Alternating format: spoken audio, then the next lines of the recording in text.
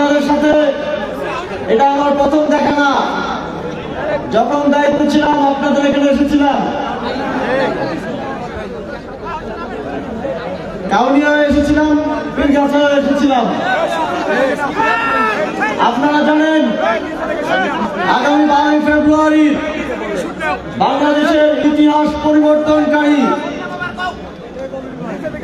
এই নির্বাচনকে উপলক্ষ করে জুলাই গণঅভ্যুত্থানের শরিক 11টি দেশপ্রেমিক রাজনৈতিক দল ঐক্যবদ্ধ হয়েছে বাংলাদেশকে মুক্ত করার জন্য,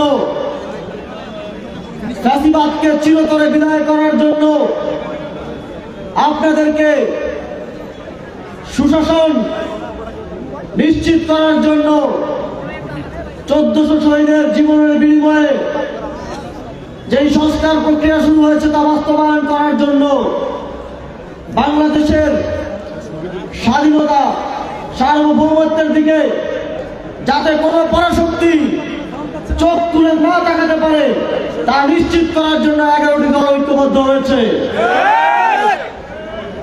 বন্ধুগণ, এখন আপনাদের বাংলাদেশের মুক্তিকামী জনগণের ঐক্যবদ্ধ হওয়ার সময়। বাংলাদেশের 300 আসনের 11 দলের প্রত্যেকটি প্রার্থীকে, প্রতিটি মার্কাকে বিজয়ী করার জন্য আপনাদের ঐক্যবদ্ধ হওয়ার সময়। আমরা